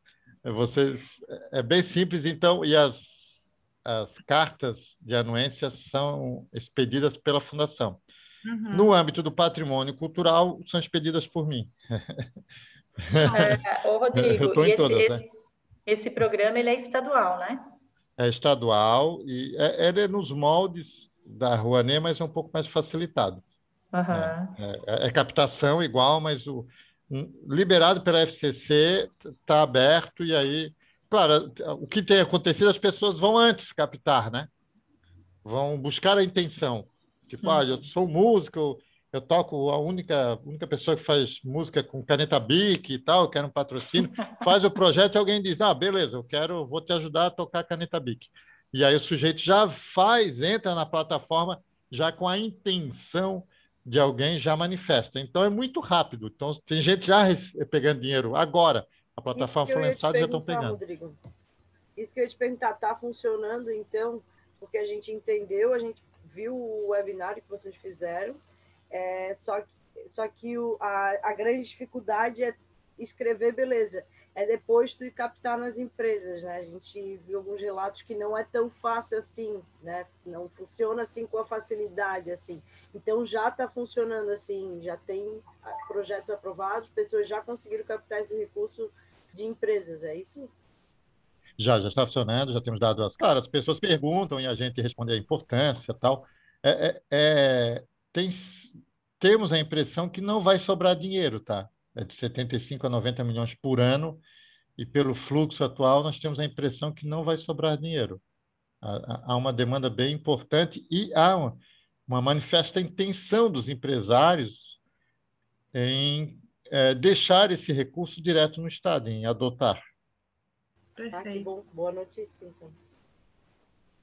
Perfeito. Vamos se organizar então, né? Né, Gi, Roberta, para a gente poder avançar nesses diálogos. Agradeço a fala, Rodrigo. Eu queria convidar o Luiz Antônio, da Secretaria de Turismo de Bombinhas. Luiz. Olá, pessoal, boa tarde, que honra, né? Grandes nomes aí participando dessa roda de conversa, alguns nomes e rostos são conhecidos, outros não. Prazer, meu nome é Luiz, eu sou turismólogo da Secretaria de Turismo aqui de Bombinhas, mas já trabalho aqui no Poder Público desde 2013, onde eu fui também diretor de cultura aqui da Fundação Municipal de Cultura de Bombinhas, e tenho acompanhado aí todo esse processo, né, da criação das políticas públicas em relação ao patrimônio, ao TBC. Eu acho engraçado que, por mais que a gente não conversou entre essas pessoas que estão aqui dialogando hoje, mas o sentimento e a fala é basicamente a mesma, na mesma linha. Eu digo que o poder público ele tem a responsabilidade da criação, né, das políticas públicas para atender os anseios e as necessidades da população, que não é uma tarefa fácil, né, porque a gente precisa que a comunidade se aproprie dessas leis, faça valer, cobrar essas ações, né, que sejam aplicados os recursos de uma forma correta, porque senão vai se tornar apenas uma lei de gaveta. Fica muito nos discursos políticos, né, no papel, e de nada é feito efetivamente. Além disso, a gente precisa, né, como poder público, de gestores sensíveis, gestores, eu digo, do secretário, do presidente da Fundação de Cultura, do prefeito, né, de recursos, seja eles humano, financeiro, de materiais, e além de uma equipe que está na linha de frente sensível e capacitada. E digo que não é uma tarefa fácil, implantar um TBC, da questão das políticas públicas, vai anos até a questão do fortalecimento. Para quem não conhece, Bombinhas é o menor município de Santa Catarina, é uma península, a gente é quase uma ilha, estamos cercados de mar por todos os lados, são quase 36 quilômetros quadrados, que o mesmo que aconteceu com Campeche, com Imbituba, né, com Garopaba, a especulação imobiliária, esse boom turístico começou a partir da década de 60, e a nossa comunidade ela foi se marginalizando, né, nos interiores do bairro. Começou essa questão da apropriação cultural, começou a se sentir vergonha da sua cultura, do seu jeito de falar, do seu jeito de vestir, né? Queria sempre copiar o pessoal de fora, né? Falando bonito no S, no português, e aí foi perdendo essa identidade, toda essa riqueza toda que a gente tem. E aos poucos a gente vê que a gente já está cansado desse turismo de massa, dessas excursões, dessas praias lotadas, sempre dos restaurantes oferecendo, né, o peixe à bela Munier, nada contra, né, mas eu digo que a gente tem uma riqueza cultural, gastronômica, dos temperos locais, que precisam ser incentivados, né, para que a gente consiga mostrar a nossa cultura no jeito de ser, no comer, na forma de viver uma cidade. E a gente tem percebido que se perdeu muito e agora está esse trabalho de luta, né, de retornar e de reacender toda essa chama cultural. Aqui em Bombinhas, a gente tem vários projetos, até a gente começou o TBC, né, que eu já vou explicar em seguida, vários projetos que, de uma forma direta ou indiretamente, vêm a contribuir com a questão do turismo de base comunitária. Eu vou iniciar lá do ano 2000, né, o município é jovem, vai fazer 30 anos agora em março, e aí, no ano de 2000, a gente começa com nossa corrida de canoa de um pau só, né, utilizadas na pesca da tainha no aniversário da cidade, que é no mês de março, que é um mês onde tem um turista, e aí o turista ele se depara na praia de Bombinhas com aquelas canoas centenárias, bonitas, coloridas, e aí ele começa a se perguntar, né, opa, eu pensei que aqui não tinha cultura, não tinha gente, porque a gente não tem casas, né, históricas, né, de construção luso brasileira. Só prédio de 4 andares, tudo novo, e aí, mas a nossa maior riqueza está na população. E aí depois a gente tem a revista Tuvice, que iniciou ali no ano 2003, 2004, né, que faz todo esse trabalho de registro da oralidade da comunidade, e aí começa a comunidade sentir reconhecida e valorizada, né, perante a comunidade, onde ela é mostrada, né, através das fotos, dos relatos, da vivência de uma Bombinhas do passado. Em 2007, então, foi feita a criação da Fundação de Cultura, que daí realmente dá um corpo maior para a questão das políticas culturais. E aí, em 2013, então, é constituído, né, o conselho, o plano, o fundo, que, inclusive, é repassado anualmente os recursos, né, para escritores, para artistas, para músicos, e aí eles acabam aproveitando também e contando essa história da comunidade. Vamos ver o que a gente tem mais. A partir de 2013, foram criados, né, o Vô Sabe, Vô Ensina, que são oficinas de repasse da cultura imaterial, aulas de crivo, de birro, de rede de pesca, de gastronomia. Então, essas pessoas que escolheram Bombinhas para viver, elas tinham a oportunidade de se introduzirem, né, e conhecerem mais todos esses saberes né, tradicionais da cidade. E, além disso, o Pirão Cultural, que são rodas de conversa, né, contando as histórias da comunidade, com os escritores, professores, acho que até o Rodrigo já participou também. Temos a Tarde do Biju, né, que acontece sempre aconteceu no Engenho da Rua, agora tinha acontecido antes da pandemia no Engenho do Miminho, que é trazer essas mulheres que viveram antigamente nos engenhos de farinha, né, para fazer o biju, contar os causos, as histórias. Então, são várias ações e várias iniciativas, às vezes zero custo, só através da criatividade, né, do corpo técnico, que realmente dá um impacto significativo na comunidade. E aí, é claro, a gente tem o Descobrindo Bombinhas, né, que realmente vem a capacitar a comunidade sobre a história, sobre as tradições, principalmente muita gente nova que escolhe Bombinhas para viver, mas que ela precisa ser, de uma certa forma, repassar algumas informações necessárias. Até digo que a gente só vai valorizar e respeitar aquilo que a gente conhece. Se a comunidade não conhece a sua história, o seu patrimônio, como é que ela vai poder repassar isso para o turista, né? Então, são algumas dessas ações que o município vem realizando. E aí, em 2019, a gente estava realizando a temporada gastronômica com os municípios de Itapema e Porto Belo e Bombinhas, e uma dessas oficinas era justamente da cultura tradicional, da gastronomia tradicional com os temperos. E aí a gente teve a sorte, né, de estar as pessoas ali do Sebrae. Eles tinham, né, um recurso, né, disponibilizado no Ministério do Turismo, justamente para projetos para as cidades da Serra Mar Catarinense, né, dessa rota turística. E aí, então, eles apoiaram, né, a questão de uma consultoria para a elaboração do TBC. Como é que foi mais ou menos esse processo? A gente fez um diagnóstico, né, com pessoas em potencial para desenvolver esse projeto. Ao todo foram em torno de 45 membros da comunidade. E aí a gente foi, né, fazer o convite, né, explicar, fazer toda a sensibilização. E a primeira reunião estava agendada para o dia 18 de março de 2020, um dia antes do lockdown da pandemia.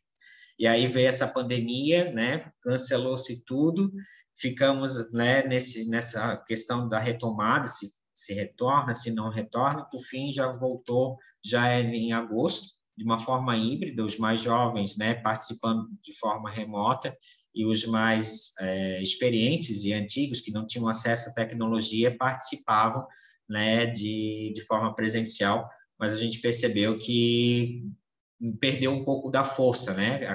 Claro, as pessoas de idade queriam se resguardar, não queriam participar, e aí, então, acabou o ano, a gente não conseguiu fechar, né, a elaboração do TBC. Em 2021, então, esse ano era para ter sido retomado, mas a gente percebeu que precisava de alguns alinhamentos necessários. Até a professora Daniela comentou ali da questão da pessoa da comunidade que, né, que estava inserida ou não estava inserida. A gente tinha alguns membros ali que a gente acreditava que realmente queria ainda explorar muito nessa comunidade, a nossa comunidade tradicional, então precisava de alguns alinhamentos, não era esse nosso interesse. Desde o começo, a gente sempre explica para eles, a gente não quer que a comunidade vá para um rancho de pesca ou para um engenho de farinha abrir suas portas para atender turista, de forma alguma. O turismo ele vem a ser algo a mais, um plus, né, para que ele possa, quem sabe, né, vender 1 quilo de farinha, interagir de uma forma mais saudável. E aí, então, a gente não conseguiu, esse ano, fazer a execução da finalização, a gente conseguiu fazer todo o diagnóstico, missão, valores, e ainda faltava a questão da escolha dos produtos e dos roteiros, quem, como, quando será feito, quem vai ser comercializado, e aí a questão da divulgação. Mas, basicamente, 70% desse roteiro já estava concluído no ano de 2019, 2020. Esse ano, a Bombinhas fez o projeto Place Brand, né, a questão da construção da marca da cidade, e algo muito interessante foi que a gente não quer mais ser vendido como destino de sol e praia. A gente quer ser vendido como destino o ano inteiro, um destino que tem uma cultura, que tem uma comunidade, e aí ficou muito legal que até as cores dessa marca foram inspiradas nas cores das canoas de um pau só. Então, tem todo um significado, né? Então, tem se voltado muito para essa questão do turismo o ano inteiro. E agora, então, até agora, recentemente recebi a proposta, né? A gente vai ver se a gente consegue finalizar aí, então, no ano de 2022, esse projeto, que não é fácil, né? Porque a gente leva tempo, as pessoas, elas têm pressa, né? Então, hoje a nossa comunidade, ela basicamente, ela vive do turismo, mas ela já está ciente, olha, no verão, esquece, no verão a gente vai trabalhar, a gente vai alugar cadeiras, a gente vai fazer isso, né? Mas sim o que a gente consiga implantar geralmente de março até o início de dezembro, roteiros interessantes para a nossa comunidade. E com todos esses projetos que Bombinha vem desenvolvendo, começou também a partir a iniciativa da própria comunidade, de realizar os eventos, né, como o Saragaço, que é a gincana que acontece no término da pesca artesanal da tainha. Então, vários outros eventos têm se multiplicado graças a essa semente que o poder público planta, né? Então, o poder público, ele tem essa responsabilidade de instigar, né, de dar um empurrão, de aproximar, de ajudar a comunidade para que ela possa se apropriar, né, e sim fazer a sua cultura acontecer. A minha fala basicamente seria nesse sentido aí. Muita coisa boa, Luiz. Eu acho que Bombinhas é uma inspiração, né, sempre para os municípios. E uma coisa que eu penso muito, assim, eu quero passar depois a fala para a última pessoa que vai contribuir aqui enquanto gestores, assim, Claudete Medeiros lá de Garopaba, mas esses momentos que a gente tem de troca, como eles são importantes, né? E como a pandemia afetou muito isso. E eu acredito que para o ano que vem, se a gente sentasse todos juntos e pensasse no encontro, né, focado no turismo de base comunitária, com os gestores, com as famílias, né, para a gente, como o Rodrigo colocou, né, essa questão do diálogo, né, das organizações de base, a nossa responsabilidade, não organizações de base, mas organizações enquanto CEPAGRO, que fazem esse diálogo com famílias, com agricultores e com outras organizações de base, como é importante esses momentos e como a pandemia ceifou isso da gente, né, ceifou muito. E essas trocas são muito inspiradoras entre um gestor e outro, né, o que o município está fazendo, como que eu posso fazer, o quanto que ele avançou, né, isso a gente vê que é muito importante, e quem sabe o ano que vem, com mais calmaria, a gente não consiga, né, organizar um encontro desse.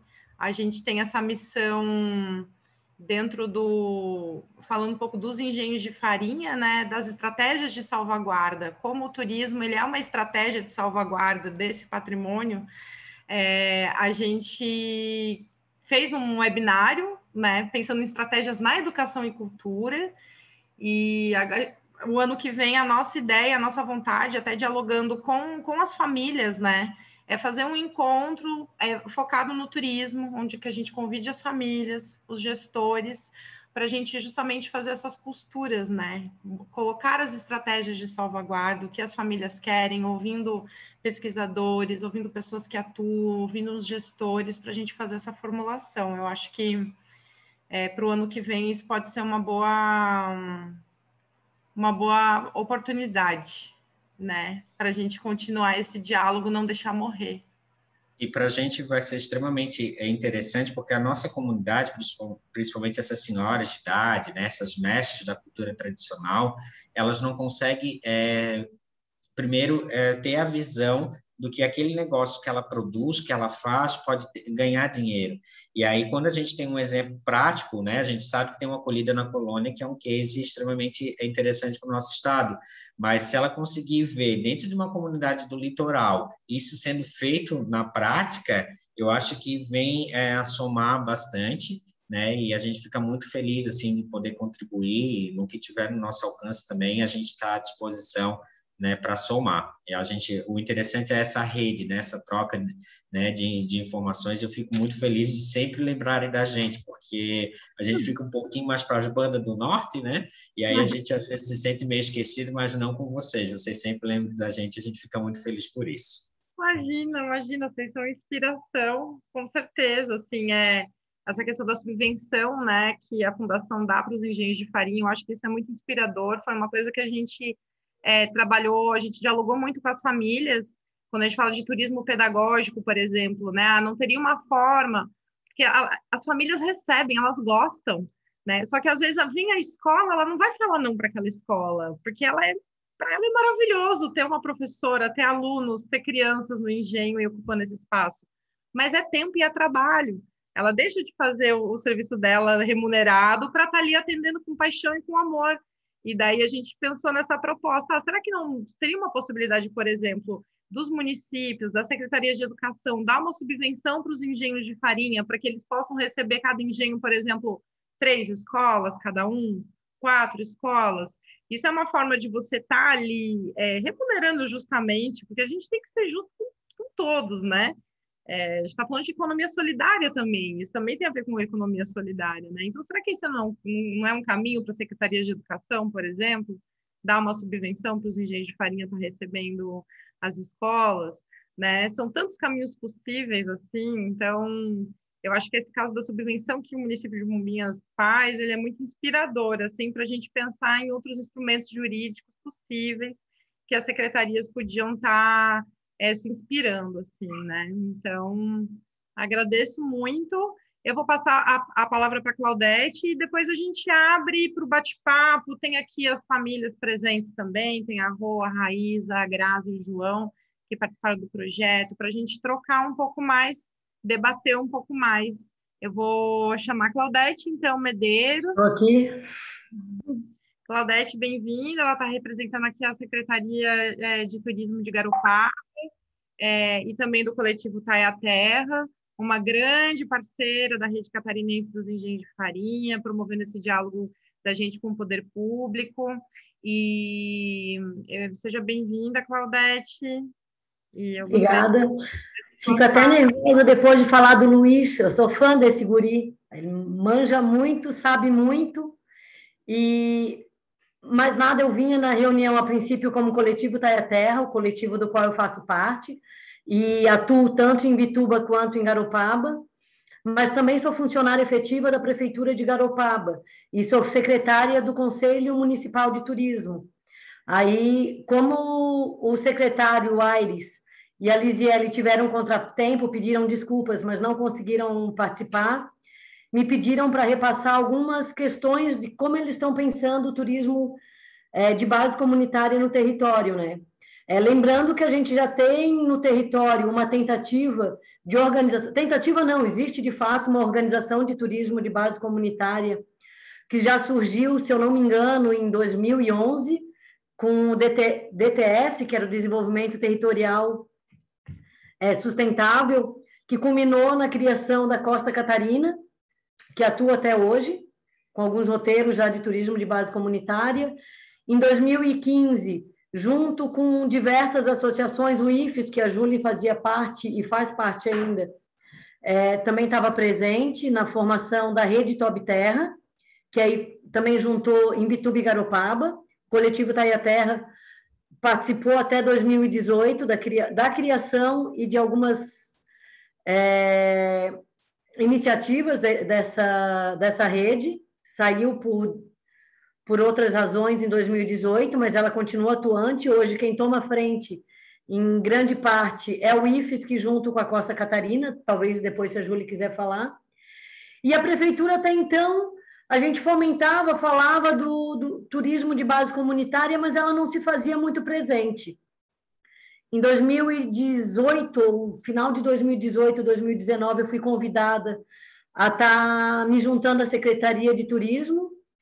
E aí, como eu já atuava desde 2015 na área de turismo de base comunitária, eu comecei a cutucar o secretário e dizer, olha, vamos junto. E o IFES, que também cobrando bastante desde a criação do curso de condutor ambiental e do guia de turismo, apertando nessa tecla. O Sérgio Pinheiro também, da Costa Catarina e da AMO, sempre cobrando isso em Garopaba.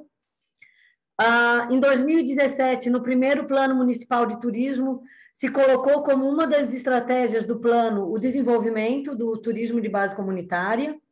Se conseguiu, então, o apoio do SEBRAE para consultoria na época da Rede Top Terra, para poder juntar o turismo nas comunidades, trilha e observação de baleia por terra, com artesanatos também, isso permanece até hoje. E agora, na atual gestão, a gente está num momento muito favorável. A gente aprovou essa semana, foi essa semana, né, Júlia? Agora, na quarta-feira, dia 8 de dezembro, o novo Plano Municipal de Turismo, e um dos pilares é o desenvolvimento e o fortalecimento do turismo de base comunitária. Então, isso já está na pauta da Secretaria de Turismo. A Secretaria de Turismo ela está num diálogo direto agora com a Diretoria de Cultura também. Então, eu que atuo no Centro de Atendimento ao Turista, já estou trabalhando direto junto com as meninas da Diretoria de Cultura. Então, esse diálogo entre secretarias está muito mais favorável. Então, diálogo entre Secretaria de Educação, que cuida da pasta de cultura, a questão do turismo e agricultura, elas estão começando a se alinhar, e isso é muito favorável, principalmente na questão da rede catarinense de engenhos. A Gisele já teve na Secretaria de Turismo, me ajuda aí, Gisele, se eu esqueci, eu acho que foi em 2018, numa primeira conversa, que juntou diversas secretarias, né? A Secretaria de Educação, Secretaria de Turismo, Secretaria de Agricultura. Então, eu acho que uma única secretaria, ela não vai dar conta de tentar entender essa questão se ela não se integrar junto com o IFSC também, né? E a gente já está agendando algumas conversas, inclusive uma parceria com a EPAGRE para o ano que vem. Então, a partir de março, a gente vai chamar o IFSC também para a roda, Júlia, pode ficar tranquila. Eu sei que o IFSC, a Júlia e a Thelma são conselheiras no Conselho de Turismo. A gente já está dialogando e sabendo que está se formando um núcleo de turismo de base comunitária. A Secretaria de Turismo e a Diretoria de Cultura vai estar atenta a isso e vai estar nessa roda para ir até as comunidades, refazer aquele mapa de engenhos que a gente fez em 2018, atualizando ele, e a gente já tem um questionário próprio para aplicação, que seria um inventário mais aprofundado para ver quais desses engenhos realmente querem trabalhar com turismo e quais, de repente, só querem estar fornecendo farinha, seja para restaurantes, seja para compra direta. Então, tudo isso já está começando a ser amarrado. E é isso que a gente está tentando fazer. Desse projeto que agora surgiu, do Rodando de Engenhos, a gente já está colhendo alguns frutos. As meninas do Morro do Raimundo, que foi onde teve a vivência, já fizeram o curso do SENAC à distância de condutor ambiental. E já passei para a Mônica, que foi quem nos conduziu lá, o link para ela se inscrever no curso de guia de turismo do IFSC, para então buscar a capacitação da comunidade e tomar essa frente. Então, claro que o turismo de base comunitária ele é um processo. A gente está no território há mais de 20 anos e conhece alguns atores e sabe que a gente vai dar um passo para frente, daqui a pouco dá uma parada, mas ele não está morto, ele continua com algumas pausas, mas ele está ativo. E a gente está num momento favorável, porque tanto o prefeito quanto o vice-prefeito são nativos e com uma ligação muito íntima de pertencimento, e aí a fala da Daniela é perfeita nisso, porque eles têm essa vontade de fomentar. O próprio vice-prefeito já me deu carta branca e disse, olha, o que vocês precisarem, venham conversar com a gente, o nosso gabinete está aberto para o diálogo, e isso é muito bom, né? A gente está num momento muito favorável, então a gente sabendo se organizar e sabendo o que a gente quer, a gente pode bater na porta tanto do secretário, que é uma pessoa super aberta, o Aires se colocou super à disposição também, a gente consegue esse diálogo. Relembrando que o ano passado houve uma tentativa também com o Rafael Freitag de articulação, houve mais na comunidade quilombola e no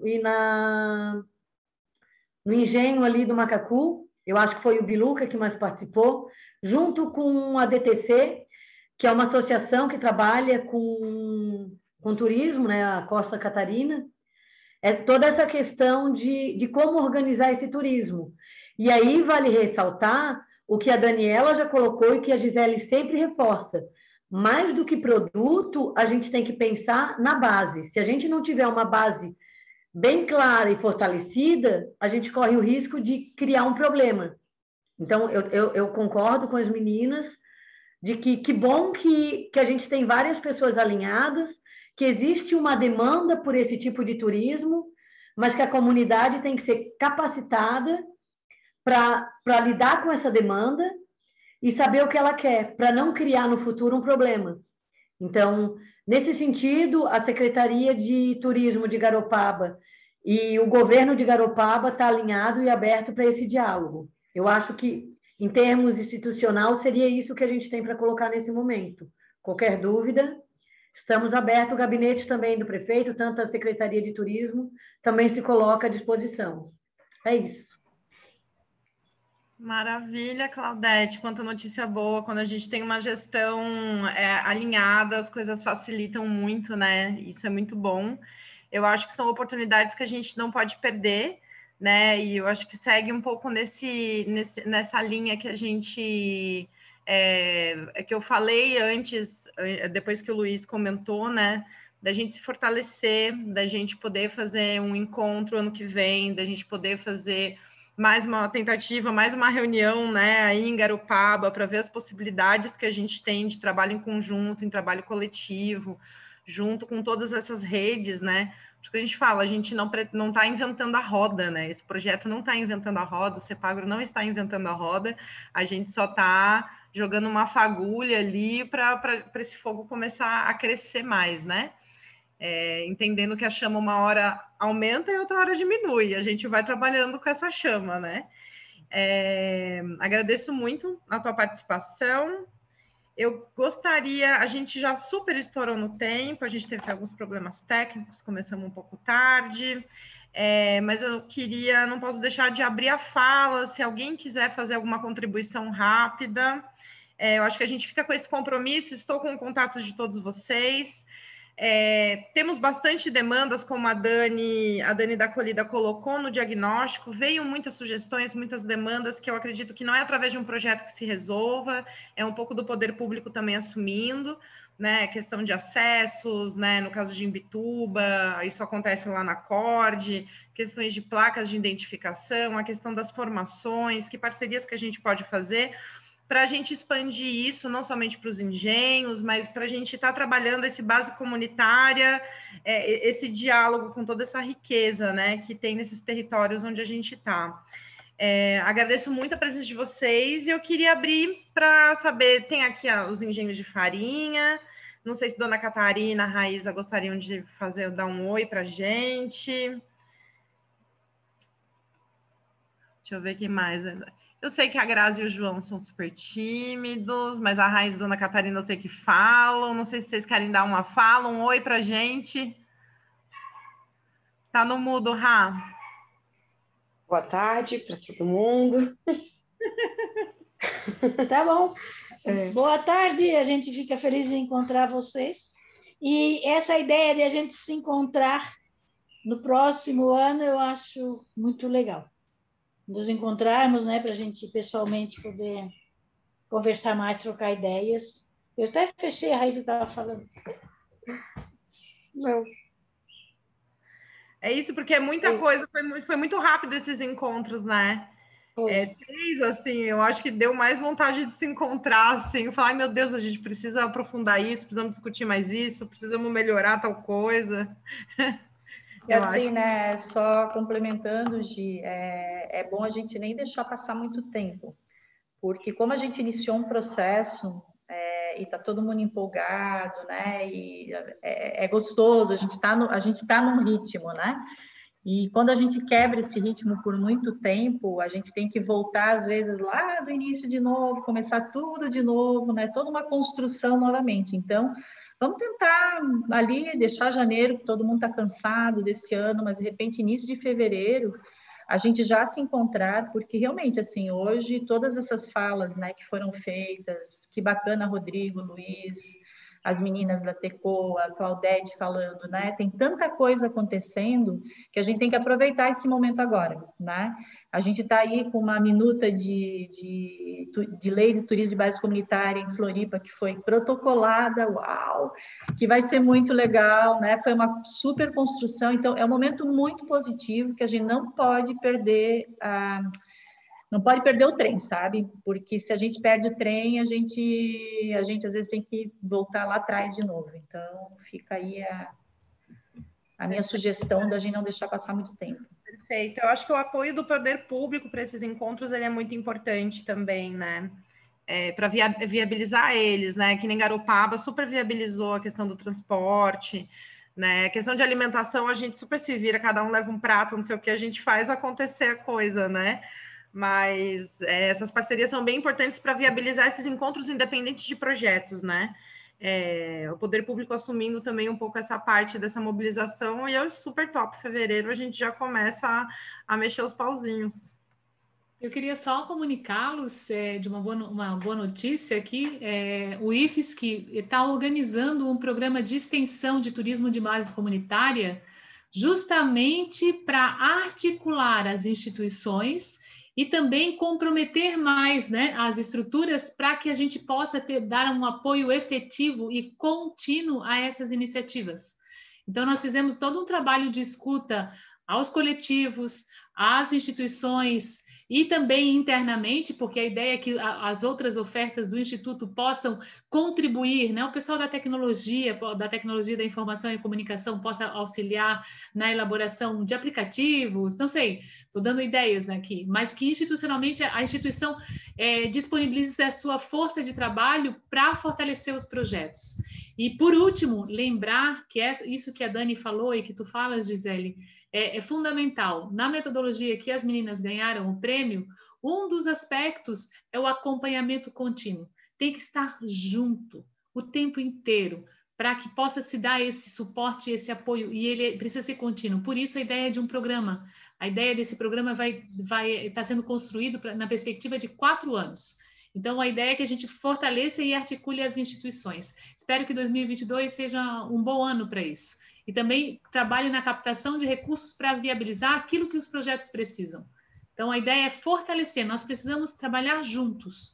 E aí, nesse sentido, para mim, a Acolhida na Colônia, ela é um exemplo na parte da metodologia de trabalho, ela é fantástica na concepção dessa metodologia. Então, essa metodologia pode ser incorporada pelos demais. Então, a gente pode trocar naquilo que a gente faz bem, entendeu? O IFSC, como formador, ele pode ajudar nesse processo e na articulação também. Então, ano que vem, se Deus quiser, teremos esse programa de turismo, programa de patrimônio, educação patrimonial e turismo de base comunitária, proposto pelo IFSC em parceria com várias instituições do Estado. Que ótima notícia, Dani. Ó, a gente falou o negócio já tem projeto, 4 anos, aí sim. Coisa boa, vamos dialogar, uma ótima notícia. Eu queria ver se alguém mais gostaria de contribuir, fazer alguma fala. Tá tranquilo? Eu acho que eu sigo, então, para o encerramento, pessoal. Vamos encerrar, foi ótimo, adorei ver várias caras conhecidas, conhecer melhor outras pessoas. Eu acho que esse é um ciclo, é uma espiral, ele não se fecha, ele continua, né? Muitas iniciativas maravilhosas para a gente trocar. Eu acho que a gente tem que agora sentar e planejar estrategicamente essas ações mesmo, né? Em conjunto, né? Como a gente orquestra junto tudo isso, para não gastar energia, para a gente somar energia, porque a gente, enquanto organizações, eu sinto que a gente se desgasta muito, né? Porque a gente está ali, o IFSC está dialogando, não sei, todo mundo está falando a mesma coisa, vamos sentar todo mundo junto, que foi um esforço que rolou, né? Durante esse ano, os últimos 2 anos, aconteceu muito isso.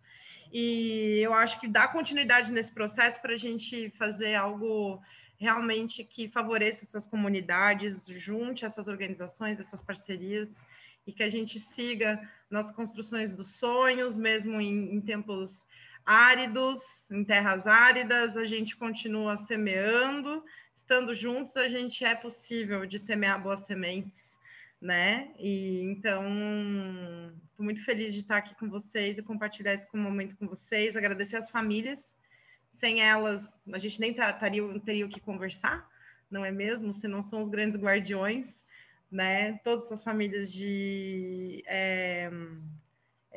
engenho de farinha, de pesca, de agricultura, de saberes das tramas, do artesanato, das músicas, é muita riqueza, né? A gente está aqui por eles, né? Então é isso. Então eu encerro o nosso encontro. Ele vai ficar gravado, depois a gente envia por e-mail. Eu tenho o e-mail de vocês, daí eu posso enviar para vocês também.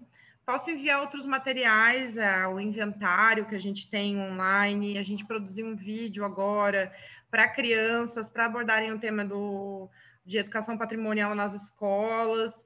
E daí, nesse grupo aí de e-mail, a gente vai trocando figurinha, e eu acho que a partir de fevereiro a gente já organiza o encontro. Já tem até um lugar, Garopaba, ali. Né, Claudete? A gente já tem um local Garopaba. É só a gente iniciar a articulação, então, para que isso aconteça. É isso. Um abraço, pessoal. Beijo, gente. Bom final de ano a todos. Valeu, gente. Obrigada. Obrigada por tudo. Valeu, povo. Ano que vem estamos aí na briga de novo. Valeu, obrigado. Iniciar a Revolução TBC Santa Catarina. Total. Obrigada, Rodrigo. Valeu, pessoal. Muito bom escutar todos vocês.